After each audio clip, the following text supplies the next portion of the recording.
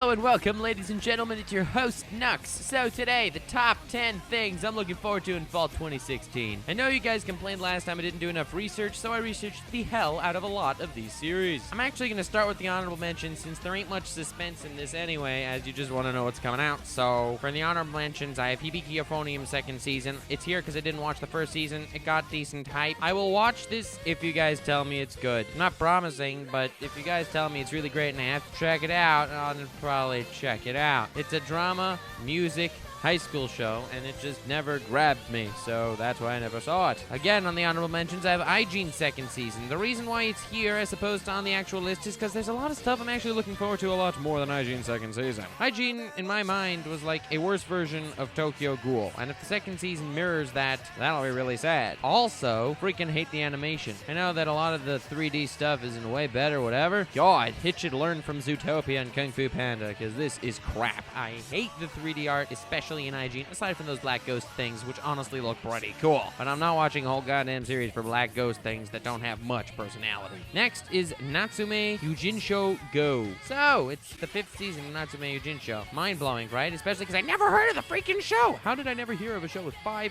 seasons? With 5 freaking seasons? I don't know. Well, I don't know anything about this. Didn't feel like looking anything up because it just depressed me that I didn't hear of such an apparently famous show that got 5 freaking seasons! I don't know anything about it, as I've said before, so guys, tell me what you know about this thing, like if it's worth me catching up on it until now, or what to expect and all that, but yeah, it's on my honorable mentions just because I had to mention that. And for my 4th honorable mention, I have Trickster. So it's an honorable mention, not on the list, even though it looks pretty decent, for the simple reason that it's an original series, so I don't know anything about it. This year so far, Android was an original series, and I thought it would be good. It turned out horrible, and 91 Days is an original series. I had no idea what it would end up, and it turned out really great. So I see Trickster as an original series with pretty much no information on the writer and all that, and well, I'm gonna be skeptical. It takes place in the 2030s, and it's a detective mystery team guys that solve crimes, and they're these weird identified fog stuff, and well, I don't know, these descriptions lie their asses off anyway, so what's the point? Oh, and one final honorable mention I just wanted to mention super quickly. It's called Keijo, and it has like 10 exclamation marks because it is so cool. It's the season's ecchi. So, for those who are upset about the ending of Masogaku and HXH, I have great news. You have something to look forward to.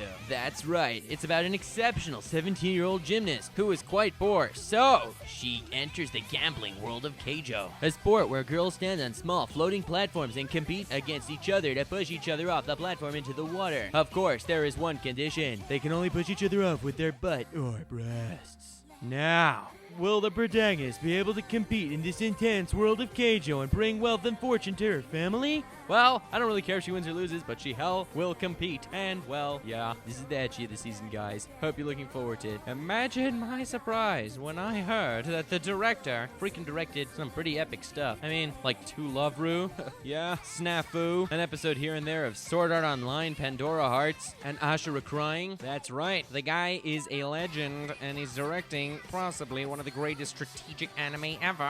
Maybe I'm exaggerating slightly, but it looks freak. Okay, it's gonna be an ecchi. Who are we kidding? Now let's start with the freaking list. In 10th place, I have 3 Gatsu no Lion. So, about a 17-year-old genius shogi player, and takes on all the big guns, except he's an emotionally immature yutz that, well, has to get along better with his family. Honestly, you're probably wondering to yourself, Nux, why the hell do you have this shogi garbage? None of us know how to play shogi. Well, first of all, I'll probably learn how to play shogi over the season. Second of all, it's a drama seinen that the manga was officially freaking good, written by the same dude who wrote Eden of the East, and it'll be directed by the same dude who made Bakemonogatari, Madoka Magica, and Nisekoi, all of them being pretty good series on their own right. Just from the people behind this show, it's enough to make the list, and honestly, that's why it made the list. I don't know nothing about shogi, so sorry, bros. In 9th place, I have a series called Nanbaka, made by Satellite. It's an action comedy, and the description for this series is, I'll read it for you word for word, a super exciting action comedy starring the inmates and guards of the world's most formidable prison. Yup, that is all. Doesn't tell me shiest. So, as far as the writer of the manga, I do not know, and the manga wasn't all that popular. But as far as the director, freaking master who made the first 103 episodes of Gintama, like the greatest action comedy ever. So, I will watch Nanbaka just for this fellow, and, well, I hope he doesn't disappoint. Next is Watashi ga Motete Dosunda. Don't don't know much about the people behind this, it just seems interesting. It's based on a manga that got decently popular. It's supposed to be a comedy, and it's about this big-time Fujoshi who ships characters in their class, and the death of her favorite anime character stresses her out, and, well, I don't know. Hopefully it'll be funny. The manga got popular, and I hope the series will as well. Seems cute. In 7th place, I have a sports anime called All Out. So, it's made by Madhouse. That's enough to make it on the list. Aside from Madhouse's last sports anime, which disappointed the hell out of me, Prince of Stride, All Out's getting 25 episodes instead of that 12 BS that sports animes cannot pull off. Aside from that ping pong thingo, that was wicked. It's about rugby, and, well, I don't know, whatever Madhouse does with it, that's how far it will go. I don't know much about any of the people behind the scenes, but it's Madhouse, so it's not gonna be bad. In 6th place, we have Mobile Suit Gundam Iron Blooded Orphan 2nd season. So, I really enjoyed the first season. It was one of my favorite Gundam series that I've watched. I have not watched all of them, but out of the ones I've watched, I really liked Iron Blooded Orphans. I like the strategy aspect to it, and I like the crew altogether. I'm really looking forward to seeing what's happening in the future of Tekkaden, or whatever they're called. However, I'm not looking forward to it as much as the next 5. In 5th place, guys, you're gonna think I'm weird. It's Mahou Shoujo Ikusei Keikaku. So, it's made by Lerche Studio. Backstory: Lerche Studio made Danganronpa, a high school show about guys killing each other. Assassination Classroom, a high school show is about guys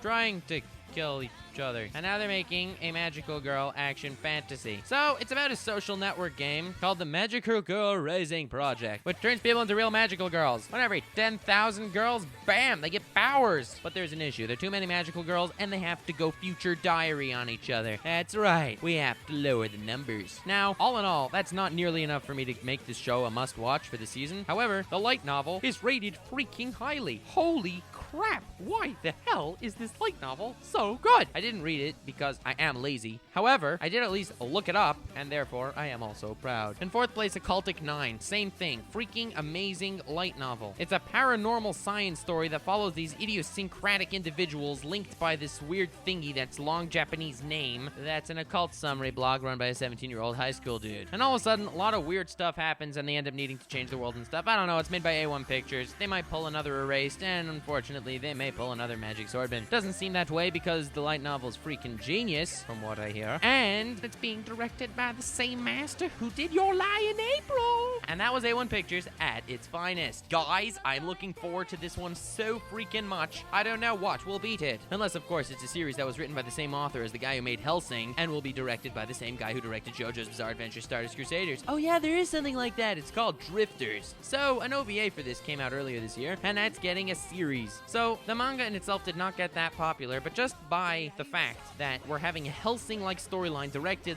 by JoJo's Bizarre Adventure type dude, I'm freaking hyped for what the hell will happen with these characters. It's a bunch of guys being pulled out in different times to fight in different wars. I don't know. As I mentioned before, summaries for series are pretty much bogus because they can write whatever they want. I mean, as I mentioned, Android, it was actually looking good. And honestly, it's one of the worst series ever, in my personal opinion. And now for the final two, you both know what they're going to be. In 2nd place, Bungo Stray Dogs 2nd season. I just love the first season so much. I am so looking forward to the 2nd season. I really did not expect it to be nearly as good as it was, and I'm really looking forward to this three-way war coming up in this season between the Mafia, the CIA, and of course, the good guys. Every character being freaking awesome, doing their own freaking badass stuff, and hopefully, it will be able to move faster and more of a storyline instead of needing to develop the characters, as a lot of them already have a ton of development, so we don't need to develop them further. We can do awesome crap. You know exactly what I mean. Don't make believe you don't. And of course, in 1st place, haikyuu, the 3rd season, finally, where they get to battle Shira Torizawa. Okay, so guys, before I tell you anything about this, it's about volleyball, and